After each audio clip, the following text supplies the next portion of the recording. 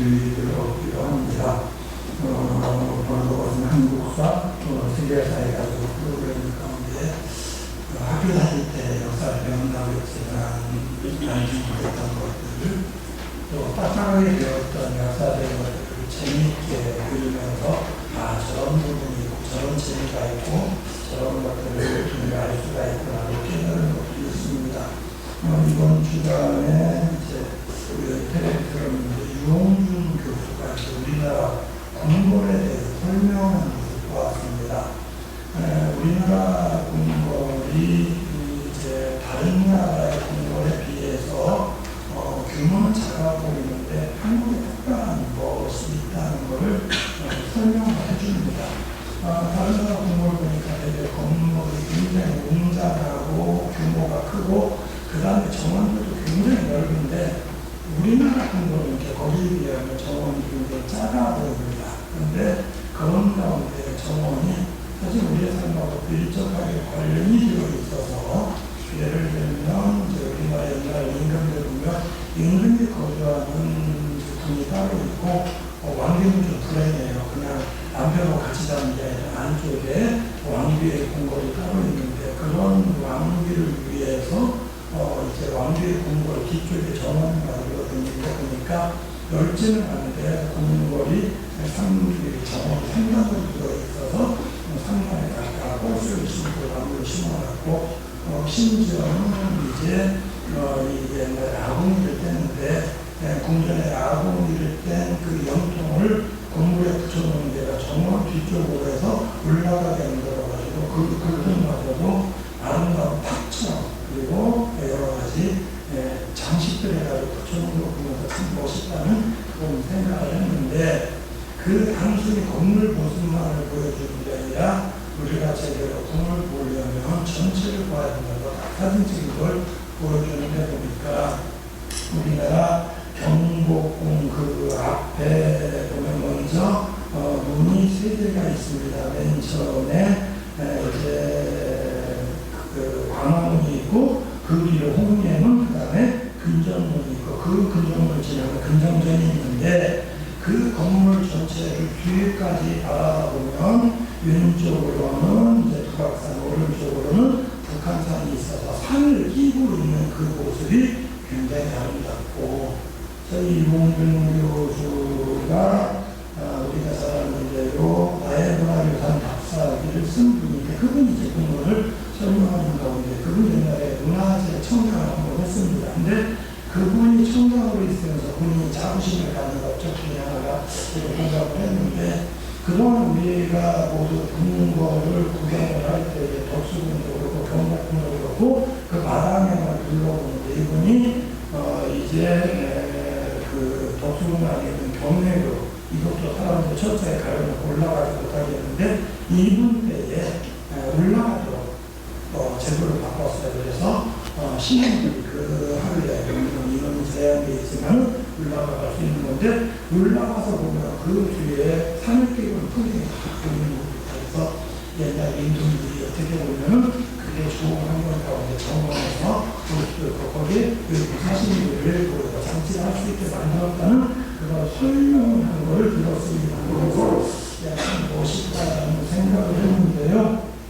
본문 중에 재미있는 단어로 표현한 걸 보았습니다. 우리나라의 궁궐을 한마디로 표현하면 거미줄로 화이불치다 이런 설명을 해주는데 제가 까먹을까봐 메모를 해가지고 또 이 검색에 찾아봤습니다. 검소하지만 누추하지 않으며 그 다음에 화이불치 화려하지만 사치스럽지 않다.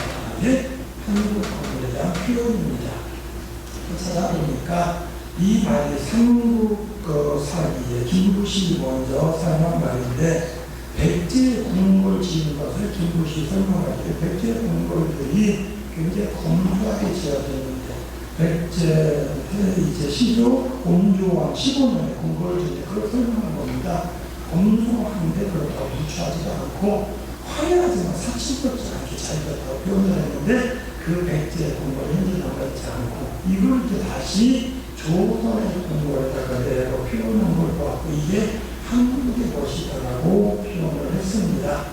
사실은 설명이 길었습니다만 제가 그걸 통해서 더 감동을 받은 것은 건물에 대한 이야기가 아니라 패널들이라고 출연한 사람들이 있는데 그 말을 받아서 출연자 한 명이 같은 이야기를 합니다. 사실 이것은 건물만이 아니고 우리의 삶도 그렇습니다.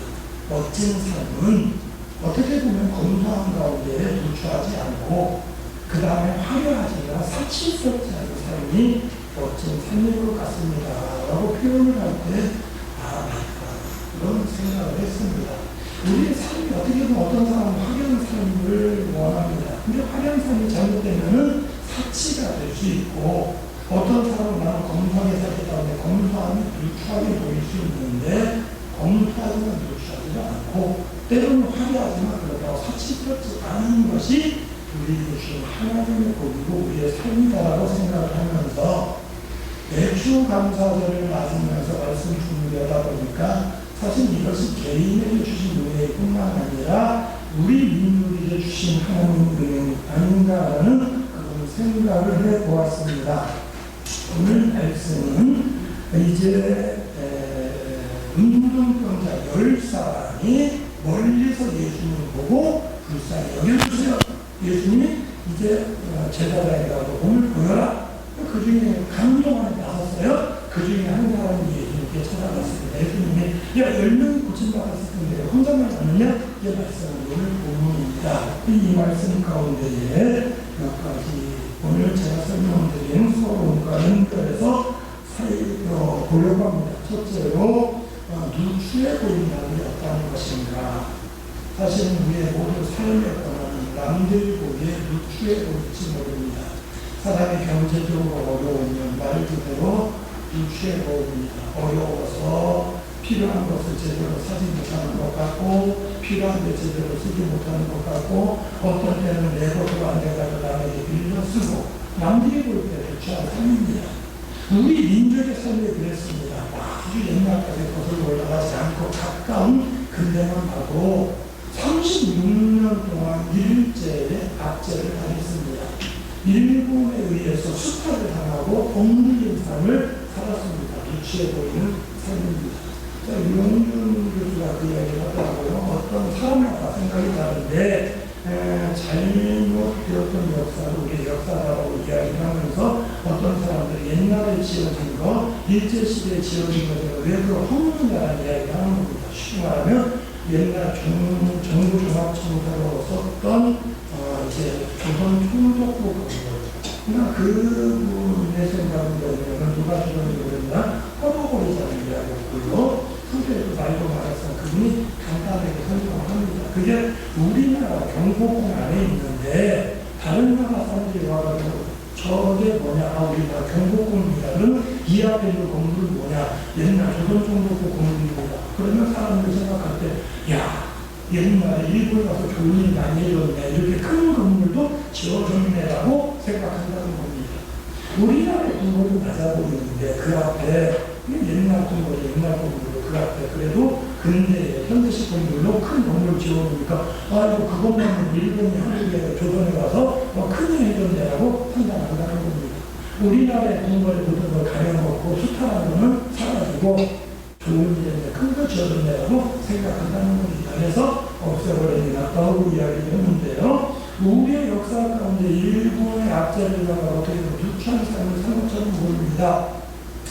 일본의 압제가 끝나고 해방되었지만 불과 5년 만에 또 북한의 공산 독재 정권이 미리 준비한 전쟁 무기들을 가지고 우리를 침략해 오는 가운데에 전쟁이 일어나고 불과 3일 만에 우리 서울이 함락되어지고 계속 북한군이 일본 내려온 가운데 이 낙동강 인남강 빼고는 전부 다 북한의 수중에 넘어갔습니다.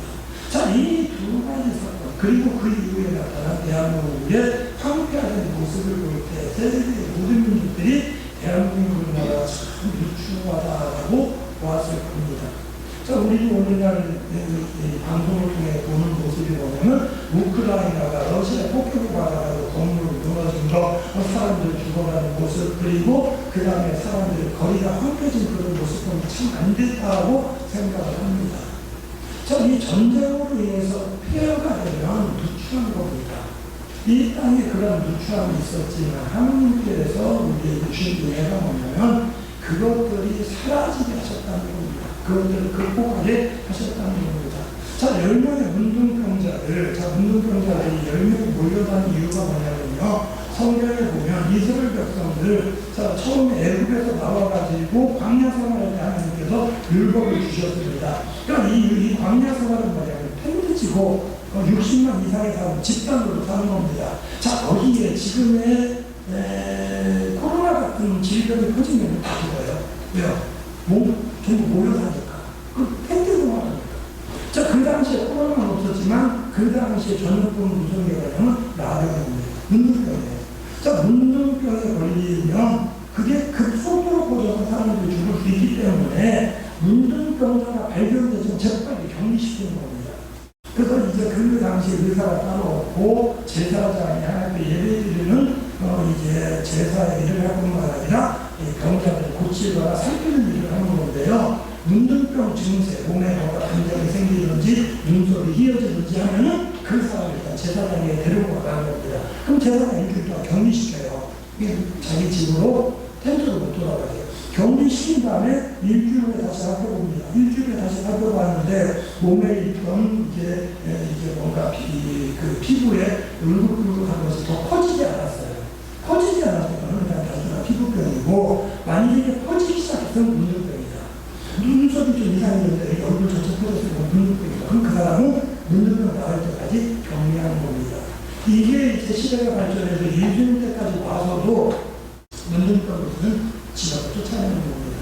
제가 어릴 때 기억으로는요, 우리나라에도 전쟁 이후에 문둥병 환자가 많았습니다. 제 평소에 나병이라고 있는데 문둥병 환자들 같은 입장이에요. 집에서 어떻게 보면 보기도 흉합니다. 음성 나환자라 해가지고 이 전염 안 되는 질병도 있습니다만 일단 사람들이 겁을 먹고 접촉을 안 하려고 해요. 그러니까 이런 사람들 누가 들어쓰지도 않습니다. 그렇지 않고 일거리가 별로 없는 나라인데 병자를 누가 무슨 영업하는 사람이 이제 가게 하는 사람이 쓰겠습니까? 무슨 공장에 그러니까 이 사람들 할 일이 없으니까 이 사람들이 다 집에서 쫓겨나가지고 하는 일이 몰려다니고 구걸하는 거예요. 예수님 당시에 문둥병자들이 집에서 쫓겨나고 먹을 거리도 없으니까 몰려다니면서 이제 이런 사람들이 구걸하는 거냐 먹을 것 주면 멀리서 얻어가지고 그 다음에 가서 자기들이 모이고 그러니까 몰려다니는 거예요. 혼자 다니면 사실은 위험합니다. 어떤 사람들은 돌 던지고 쫓아내고 그러니까 때리고 가니까요. 혼자는 잘못하면 못 살아요. 그러니까 몰려다닐 수밖에 없는데 이 사람들도 원하는 게 뭐냐 빨리 나서가지고 집에 가고 싶은 겁니다. 그런데 방법이 없어요. 의사가 있는 것도 아니고 자기들 볼 수 있는 것도 아닌데 그들도 다니면서 소문을 듣습니다. 야, 예수라는 분이 나타나셨는데 그분이 능력이 많아서 그분이 말씀으로 병자를 고치신다더라. 그분이 손으로 만져서 고쳐준다더라. 아니 그분은 만져주지 않고 멀리서 말씀만 해서 고쳐진다더라. 자, 문둥병들이 그 소문을 또 예수님을 만나기를 원하는 게 오늘 본문 말씀 10절에 보니까 예수님께서 예루살렘 가실 때 사마리아와 갈릴리 사이로 지나가시다가 어느 마을인지 모르지만 12절에 한 마을에 돌아가셨는데 그 마을에 문둥병자들이 있는 겁니다. 그들이 예수님에 대한 소문을 듣고 있었는데 우리 마을로 지나가신다 하는 소문이 나니까는 멀리서 또 예수님까지 지키고 있는 겁니다. 그러다가 가까워지는 못하고 사람들 때문에 멀리서 예수님 듣게 소리 지르고 예수 선생님이요 우리를 불쌍히 여기소서. 자, 불쌍히 여기달라는 말이 뭡니까? 자기들을 불쌍히 여기고 고쳐달라는 이야기입니다. 예수님은 불쌍히 여기달라는 그 한마디, 자, 그들이 멀리서 소리쳤지만 예수님 귀에 들릴 정도로 크게 소리를 질렀습니다. 자, 소리를 높여서 13절에 크게 소리 지르니까 예수님 14절에 가까이서 보신 게 아니고 멀리서 말했는데 14절에 보시고 예수님이 그들에게 말씀하셨습니다. 가서 제사장들에게 너희의 몸을 보여라. 예수님이요 너희 몸이 나았느니라 이렇게 말씀하지 아니하시고 내가 너희를 고쳤느니라 이렇게 말씀하지 아니하시고 제사장의 보이라고 했습니다. 제사장의 보이라는 말이 뭡니까? 아까 말씀드린 것처럼 병 들었을 때 제사장에 가 보이면 제사장의 판결이고 또 문둥병이라도 집에 가는데 격리시키는 것처럼 이미 밖에 다니다가 나섰다고 생각하면 제사장이 가고 제가 좀 나온 것 같은데 한번 봐주세요. 보니까 괜찮네? 야, 혹시 보니까 일주일만 더 있어라. 일주일 또 격리했다가 일주일에 보니까 깨끗하면은 그래 너 나았어. 제사장이 도장 찍어주는 겁니다. 그러면 집에 들어가도 돼요. 아마 그건 이제 광야 생활, 텐트 생활 때는 철저하게 지켜졌는데 주거 생활하면서 완전하게 지켜지지는 않았는지 모릅니다. 그러나 레위기 13장, 14장에 문둥병자들이 제사장의 보여가 나섰다고 여기는 제사장의 보여가 확증받았다 이 말씀이 있어요. 자, 예수님은 능력 있으신 하나님이시지만 율법을 내가 폐하게 왔다고 하지 않고 완성시키고 왔다고 말씀하십니다. 그 율법을 지키려고 예수님은 야, 니네 제사장의 보여 이렇게 말씀합니다. 말씀 의미가 뭡니까? 니네 나을 거니까 제사장의 보여 이 말씀이에요. 예수님 그 말씀을 듣고 10명이 때를 쓰면서 아니 예수님을 낫게 해주지 않고 왜 가라고 그러세요? 고쳐주세요. 이러지 아니하고 그 말씀을 듣고 제사장을 향해 가는 겁니다. 무슨 말이냐면 이 사람들이 나름대로 믿음이 있는 거예요. 예수님의 능력이 있다고 그러는데 우리한테 제사장에게 가라는 거는 야 우리가 가면 아마 나섰을 거다. 한번 믿고 가보자 하고 가는 겁니다.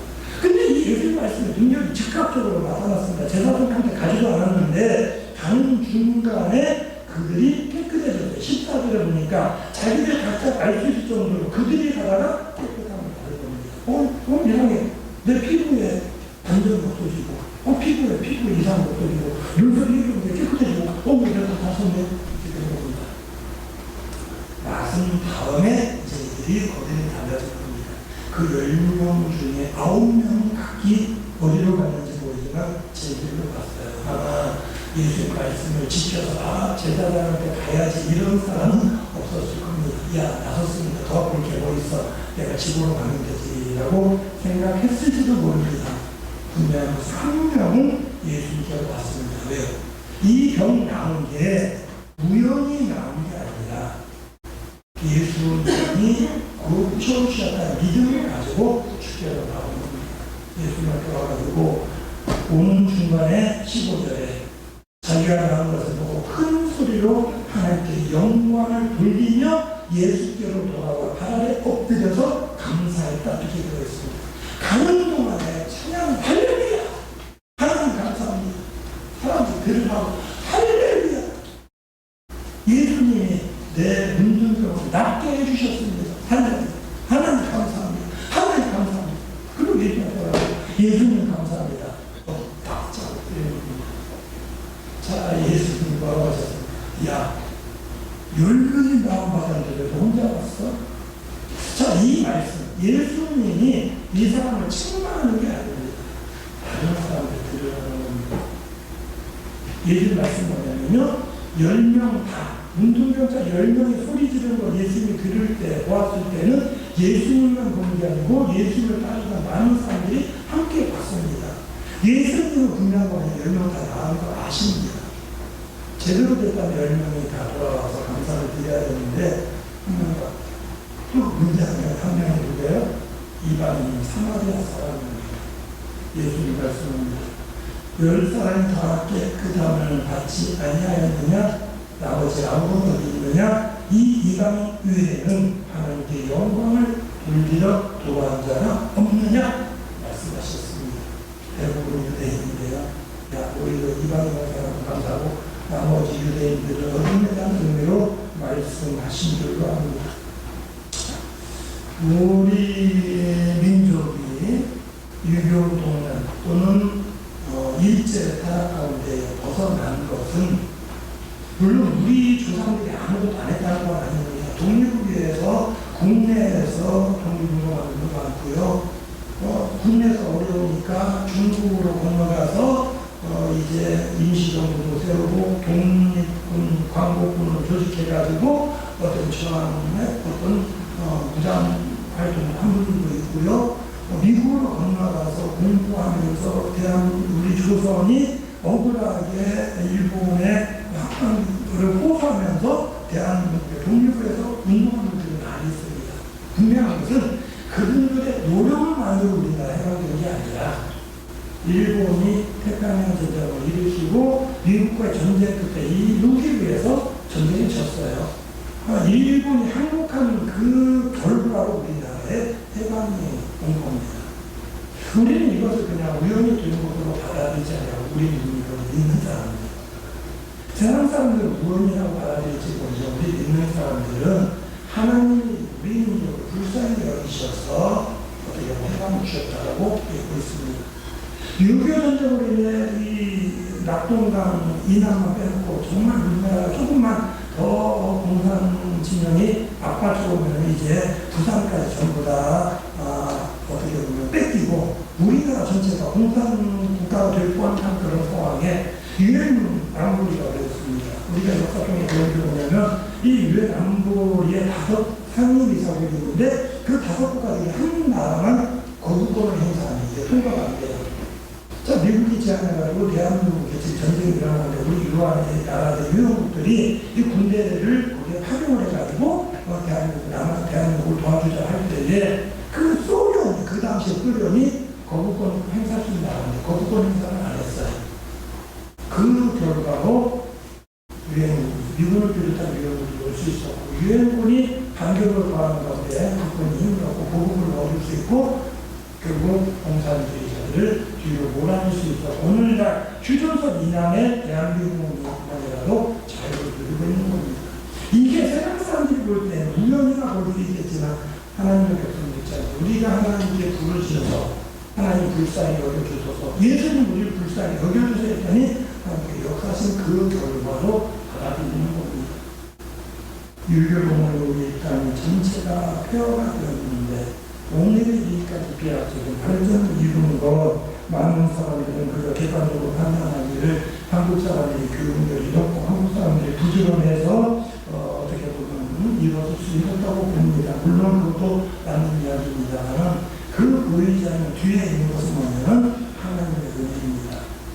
하나님께서 은혜를 베푸셨는데 자 10중에 10명 중에 하나 이 땅에 많은 사람들 가운데에 하나님 은혜라고 생각하는 사람 10%가 안 될 겁니다. 그리고 아마 90%의 사람들은 그저 걸어가다 때가 되어서 문둥병이 나는 것처럼 생각하고 이 땅에 이루어진 모든 것들이 하나님의 은혜가 자기들의 복으로 생각할 수 있다는 겁니다.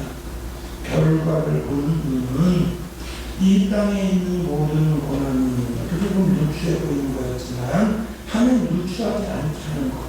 더 나아가 우리가 발전하게 하셔서 화려하게 보이도록 하신 이런 모든 것들이 하나님의 은혜라고 깨닫는 것이 지혜입니다. 제가 그 방송을 보면서 또 귀에 번쩍 뜨였던 그 발언이 있습니다. 아는 만큼 보인다는 그런 설명이었습니다. 그 공부를 보는 가운데 그냥 막연하게 우리 도수군 구경 갈까 경복궁 구경 갈까라고 생각하면서 보는 거하고 내용을 알고 가서 보는 거고 다르다는 이야기였습니다. 우리가 아는 대로 광화문 옆에 혜태라고 그 역할에 대한 이야기하고 이제 동굴 안에 경복궁 안에 가면 여기저기 동물상이 있는데 우리나라 옛날도 이제 강아지들을 이제 사람들이 이제 뭐랄까요 애완을 같이 키우는데 강아지 2마리 산이 있어요. 근데 사람들이 그냥 무심코 지나가는데 그 강아지 2마리 산 옆에 새끼를 붙여놓고 새끼가 범이 젖 빨아먹는 거를 석상에 만들어놨다고. 그러니까 그걸 보여주는 겁니다. 다들 그건 못 봤대요. 그러니까 이 옛날에 조각하면서 건축하는 사람들이 유머라는 겁니다. 그러니까 슬그머니 그런 모양을 집어가지고 재밌게 만들어놨어요. 그걸 보니까 재밌어서 야 다음에 아니라고 궁이라는 거 찾아봐야지. 어떤 면에서는 우리 눈이 아는 것처럼 보는 게 달라져요. 아는 만큼 보인다는 그런 설명을 하는데 모르고 보는 거고 다른 것 같아요. 시험, 혹시 학생들 시험 보면서 그런 경험이 없으니까 내가 열심히 공부를 했어요. 시험 문제를 받았는데 당연히 시험을 봤었는데 한 문제를 제대로 못 썼어요. 그러니까 시간이 나가요. 머리를 이렇게 쓰고 저렇게 써봐도 이게 답이 안 떠요. 그냥 나왔어. 나오고 나서 보니까 그 답이 떠올라요. 사실은 아는 건데 본인이 끝까지 못 본 겁니다. 반대로 어떤 사람은 그걸 가지고 끝까지 계속 고민하면서 문제를 보고 생각해보고 문제를 보고 머리를 굴리다가 갑자기 답이 떠올라. 이거 할 거야. 내가 알고 있는 가운데 답이 떠오르는 겁니다. 모르는 사람, 쉽게 말하면 공부 준비하지 않은 사람은 10번보다 100번보다 눈에 안 보이는 사람은 내가 아는 사람은 잠깐은 생각 안 할지 모르지만 보여. 우리가 아는 만큼 보인다는 건 믿음에 있어서도 마찬가지입니다. 내가 믿음을 가지고 바라보면 믿는 만큼 내 눈에 보이는 겁니다. 내가 믿는 게 뭐냐? 믿고 기도한 겁니다. 하나님 이거 해결해 주세요. 저거 해결해 주세요. 하나님 이런 문제 있습니다. 저런 문제 있습니다. 내가 믿음으로 기도했다면 그 다음에 내 삶 가운데 바라보는 것들이 모두가 다 하나님의 은혜 가운데 이루어지는 것들입니다. 내가 믿는 만큼 동안 내가 기도한 만큼 내 눈에 하나님의 역사가 보입니다. 우리가 어떤 면에서는 지식을 얻기 위해서 열심히 공부하고 공부하는 만큼 내가 바라보는데 그것이 우리에게 있어서는 어떤 생활의 기쁨입니다. 그냥 똑같이 경복궁이나 덕수궁에 관람을 갔지만 아무것도 모르고 한바퀴 돌고 오는 사람하고요 구석구석의 그 의미를 알고 보고 오는 사람하고는 삶의 기쁨과 재미가 엄청나게 차이가 있습니다. 내 삶을 살아가는 데 있어서 내가 어떻게 기쁘게 즐겁게 살아갈 수 있느냐. 그냥 마다하게 하루 살고 살아야 오늘도 힘들게 살았네. 내 삶이 왜 이렇게 유치한지 모르겠어. 이게 아니라 내 삶에 고난이 있었지만 내가 하나님께 기도하는 하나님 이 문제 이렇게 해결해 주셨네. 내 삶에 이런 어려움이 있었지만 하나님께서 이걸 해결해 준 가운데 하나님 나라에 화려하게 만들어 주셨네. 하나님께 영광을 돌릴 수 있게 해주셨네라고 깨닫는다면 내 삶의 걸음이 더욱더 값진 것이 되고 기쁨의 걸음이 됩니다. 주님은 자녀된 우리들이 늘 그렇게 살기를 원하십니다. 그를 위해서 먼저 필요한 것은 운동병자처럼 소리쳐 부르짖고 기도하는 것은 하나님 내가 이런 어려움이 있습니다. 하나님 나를 불쌍히 여겨주세요. 하나님 내가 이런 것이 필요합니다. 하나님 이거 해결해 주세요. 소리쳐 기도하는 겁니다. 내가 기도한다면 걸음 옮기는 겁니다. 믿음으로 걸음 옮기는 거다. 주님이 이렇게 가라고 합니다. 제자들한테 가라고 합니다. 내가 믿음을 옮길 때 주님의 역사를 바라볼 수가 있습니다. 내가 그 믿음으로 바라볼 때 믿고 바라보는 만큼 하나님의 역사와 은혜가 눈에 보입니다. 10사람이 고침을 받았는데 한 사람만이 왔다는 것은 대부분의 사람들이 하나님의 은혜를 모르고 그저 한 10명 중에 한 명만 하나님의 은혜를 안다는 말씀도 됩니다만은 개인에게도 해당되는 말씀입니다. 우리가 하나님의 은혜 감사하다고 하지만요 사실 내가 하나님의 감사한 거 10가지 중에 한 가지도 못 됩니다. 그냥 겨우 이거 감사합니다 했는데 사실은요 주시는 은혜는 그보다 더 많아요. 여수에라는 대학원이라고 있고 거기에 손양원 목사님의 기념관으로서 이제 손양원 목사님 유물들이 전시되어 있습니다. 손양원 목사라는 분은 유교 동락이자 여수 순천에 공산주의자들이 폭동을 일으켜가지고 양민들의 학살 사건입니다. 그래서 나중에 군과 경찰들이 가서 그 폭동을 토벌을 했는데 그 공산주의자의 폭동을 일으키는 가운데 양민 서는 사람들 가운데에 지식인들이나 어떤 종교주들이 많이 학살을 당했어요. 그 중에 손양원 목사의 아들 둘이 그 폭도들에 의해서 죽창으로 찔러가지고 죽였어요. 자, 내 아들이 폭도에 의해서 죽임을 당했습니다. 과연 그럴 때 하나님 감사합니다라고 할 수 있겠습니까? 우리의 가족이 지금 시청 앞에 있다가 그냥 전혀 예상치 못한 상태에서 급발진인지 운전부기인지 잘못된 차량에 의해서 생명을 잃었어요. 과연 그런 자리에서 우리가 감사할 수 있겠는가 하는 이야기입니다. 우리 가족이 고난을 당했을까 감사합니다. 이게 아니라 고난을 당했음에도 불구하고 내 삶이 지금 극심한 어려움이 닥쳤음에도 불구하고 그 가운데서 하나님의 은혜를 찾아보는 겁니다. 손양원 목사가 아들을 기른다면 10가지 감사를 했는데요.